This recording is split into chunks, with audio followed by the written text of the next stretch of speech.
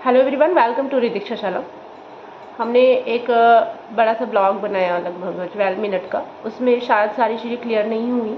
वैसे मैंने तो क्लियर आउट करने की काफ़ी कोशिश की है, सब कुछ एक एक पॉइंट। इवन मैंने जो लाइव काउंसलिंग होती है वो भी आपको दिखा दिया है। फिर भी हो सकता है ना समझ में आया, क्योंकि जब इंसान थोड़ा पैनिक होता है ना तो उसको लंबी वीडियो या बहुत कुछ नहीं जानना होता है, बस उसके काम की चीज़ जाननी होती है। तो इसमें हम सिर्फ एक टॉपिक पे बात करेंगे, वो है कुमारी। स्पेशली गर्ल्स को ये प्रॉब्लम आ रही है कि उनके आधार कार्ड पे कुमारी नहीं लगा है, क्योंकि आधार कार्ड का रूल ही यही है कि वो शॉर्ट फॉर्म का एब्रीविएशन नहीं लेता है, ऐसा आधार कार्ड वाले ही कहते हैं। इवन मैंने उससे 1947 आधार कार्ड का नंबर है आई थिंक, मैंने इसी पे बात की तो उन्होंने भी ये चीज़ कहा और कहा जहाँ भी मैडम आपकी काउंसलिंग है आप जाके बात करा दीजिए, हम उनको कन्विंस कर देंगे। लेकिन फॉर्चुनेटली जब मैं तब तक मैं चेंज करा चुकी थी।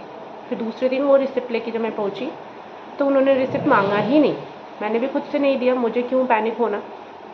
उन्होंने सिर्फ आधार कार्ड नंबर से, अच्छा ये एक नोटिस जारी हुई है शिक्षा विभाग के द्वारा या आई थिंक बीपीएससी के द्वारा, आपने हो सकता है रोटेट होते होते आप तक पहुंच गई हो, नहीं भी पहुंची तो आप जान जाइए कि अभी वो नाम मिला के ओटीपी नहीं भेज रहे हैं, सिर्फ आपके आधार कार्ड नंबर से ओटीपी भेज दे रहे हैं। तो जब आधार कार्ड नंबर से ओटीपी भेज रहे हैं तो जाहिर सी बात है सिर्फ आपको मोबाइल नंबर से मतलब है कि जो भी आपके पास उस टाइम मौजूदा हालत में मोबाइल नंबर हो वो आपको उन्हें बताना है कि ये ओटीपी मेरे फ़ोन पे आया है।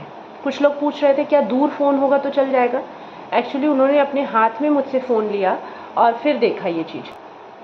तो ज़रूरी नहीं वो आपका ही फ़ोन हो, ज़रूरी ये भी नहीं है कि जो आपने फॉर्म में मोबाइल नंबर डाला है। इवन मेरे साथ ये खुद हुआ है, मैंने एक बार इससे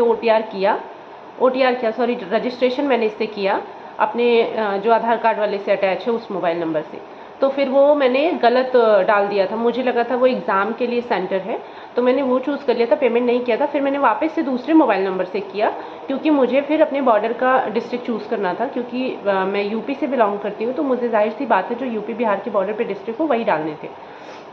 तो मेरा तो खुद ही सेम नहीं था, मेरे पास 2 मोबाइल नंबर है, एक पे ओटीपी वाला था, एक जो उसमें मैंने डाला था। फॉर्म वो बहुत ध्यान से नहीं देख रहे थे, काउंटर टू काउंटर चीज़ें वैरी कर रही हैं। मैं फिर से वही बात आपसे कहती हूँ कि काउंटर चेंज करिए और बिल्कुल पैनिक होने की ज़रूरत नहीं है। सिर्फ और सिर्फ आप काउंटर चेंज करिए, एक नहीं, दो नहीं, तीसरे।